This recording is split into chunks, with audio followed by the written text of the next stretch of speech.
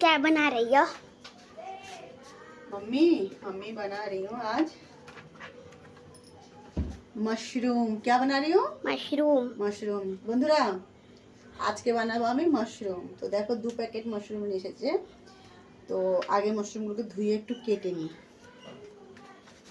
দেখো দুটোই প্যাকেট থেকে মাশরুমগুলোকে বের করে নিলাম, কিন্তু এতে দেখা যাচ্ছে একটু কালো কালো, তাই একটু ভালো করে ধুতে হবে। দেখছো হাত দিয়ে সরালে কিন্তু মাটিগুলো সরে যাচ্ছে, এরকম ঝুরো ঝুরো। একটা আছে প্লাস্টিকের প্যাকেটে পাওয়া যায়, ওইগুলো কিন্তু আবার একটু পরিষ্কার হয়, ওগুলো ধোয়া হয়, আর এগুলো কিন্তু ধোয়া হয় না। তো এগুলোকে ধুয়ে নিই প্রথমে। সমস্ত মাশরুমগুলো ধুয়ে তো নিলাম, চলো এবার কেটে নেওয়া যাক একটা চাকু দিয়ে। তো দেখো বন্ধুরা মাশরুমগুলোকে কিন্তু আমি সব কেটে নিলাম। আর মাশরুম কাটতে জানো যা ভালো লাগে না, চাকু দিয়ে টাচ করো আর এত সুন্দর কেটে যায়, একটুকুও দেরি হয় না। তো দেখো সব কেটে নিলাম, এবার একটু মশলা করে নিই। এদিকে বন্ধুরা দেখো মশলাগুলো তৈরি করে নিলাম। একটা টমেটো মাঝারি সাইজে একটু ঘষে নিয়েছি, আর একটা মাঝারি সাইজের পেঁয়াজ একটু লম্বা লম্বা করে কেটে নিয়েছি, একটু হালকা মোটাই আছে। আর নিয়ে নিলাম কিছুটা কাঁচা লঙ্কা চিড়ে। তো চলো এবার রান্না করা যাক। দেখো কড়াইটা বসিয়ে তেলটাও গরম হয়ে গেছে। এবার আমি এতে দিয়ে দিচ্ছি কেটে রাখা পেঁয়াজগুলো। সর্বপ্রথমে পেঁয়াজের সাথে ভাবলাম কাঁচা লঙ্কাগুলো দিয়ে দিই, তাই কাঁচা লঙ্কাগুলো দিয়ে দিলাম। এবার দিয়ে দিচ্ছি একটু জিরে। আসলে আমি জিরেটা আগে দিতে একটু ভুলে গেছিলাম, তার জন্য সরি। পেঁয়াজগুলোকে একটু নেড়ে করে দিই।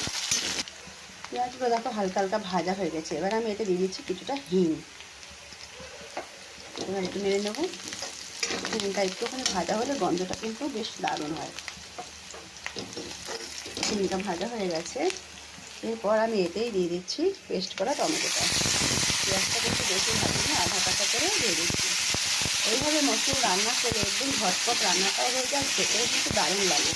আর এমনি মশরুম কিন্তু খুব তাড়াতাড়ি রান্না হয়, সবাই জানবে জিনিসটা। এবার এই মশলার করে দিচ্ছি পরিমাণ মতো লবণ, হলুদ গুঁড়ি, আর পরিমাণ মতো ঝাল। ঝালটা সবাই সবাই পরিমাণ মতো দেবো। মশলাটা নিজেদের হিসাব মতন ব্যবহার করবে, কারণ মশলা অনেকে কম খায়, অনেকে একটু বেশি খায়, তাই মশলার পরিমাণটা নিজেদের হিসাব মতো রাখলে ভালো হয়। এবার বেশ একটু ভালো করে ভেজে নেবো মশলাটাকে। মাশরুম থেকে তো জল বেরোয়, তাই আমি জলের উপর একটা করবো না, কিন্তু একটু জল দিচ্ছি যেই কারণে মশলাটা পুড়ে না যায়। তো যেটুকু জল আমি দিয়েছি থালাটা ধুয়ে, সেই জলটা থেকে আমি কিন্তু ভাজার সময় একদম শুকিয়ে নেব। আর মাশরুম থেকে একটু জলের ভাতটা বেরোয়, তাই জলটা ব্যবহার হবে না। দেখতেই পাচ্ছ মশলাটা কিন্তু বেশ ভালোভাবে ভাজা হয়ে গেছে, ওপর দিয়ে তেলটা বেরিয়ে গেছে, সম্পূর্ণভাবে মশলাটা ভাজা হয়ে গেছে। মশলা বলে না, যত মশলা ভাজবে তরকারির স্বাদটা কিন্তু ততই ভালো হয়। এবার কেটে রাখা মাশরুমগুলো এতে দিয়ে দিচ্ছি। এবার নেড়ে চেড়ে একটু মশলাটাকে ভালো করে মাশরুমের মধ্যে লাগাতে হবে। দেখো সাদার মধ্যে যখন লাল হলুদ এরকম রঙটা লেগে যায়, তখন যে কত দারুণ লাগে দেখতে, দেখতেই পাচ্ছ তোমরা। অবশ্যই ভিডিওটা পুরো দেখবে, স্কিপ করে কেউ যাবে না, ওপর দিয়ে খেলা দিয়ে কেউ যাবে না প্লিজ। সবাইকে অনুরোধ রইল পুরো ভিডিওটা দেখবে।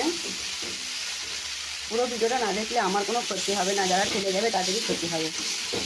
তো দেখো বেশ ভালো করে তো একদম মশলাটাকে মিক্স করে দিয়েছি। এবার একটু ধিমা গ্যাসে এটাকে ভালো করে ভাজা ভাজা করবো। এবার দেখো যেরকম যেরকম মজতে যাচ্ছে সেরকম সেরকম কিন্তু মাশরুম থেকে জল বেরোচ্ছে। আমি বলেছিলাম না মাশরুম থেকে জল বেরোবে, তো তোমাদের সামনেই দেখো আমি জল দিইনি কিন্তু জল বেরোচ্ছে। এই জলটাকে কিন্তু আমি ভালো করে শুকিয়ে নেব পুরোভাবে। দেখো জলটা একদম শুকিয়ে গেছে, এটুকু তো ভেজা ভেজা রাখতেই হবে, নাহলে খাবো কী করে।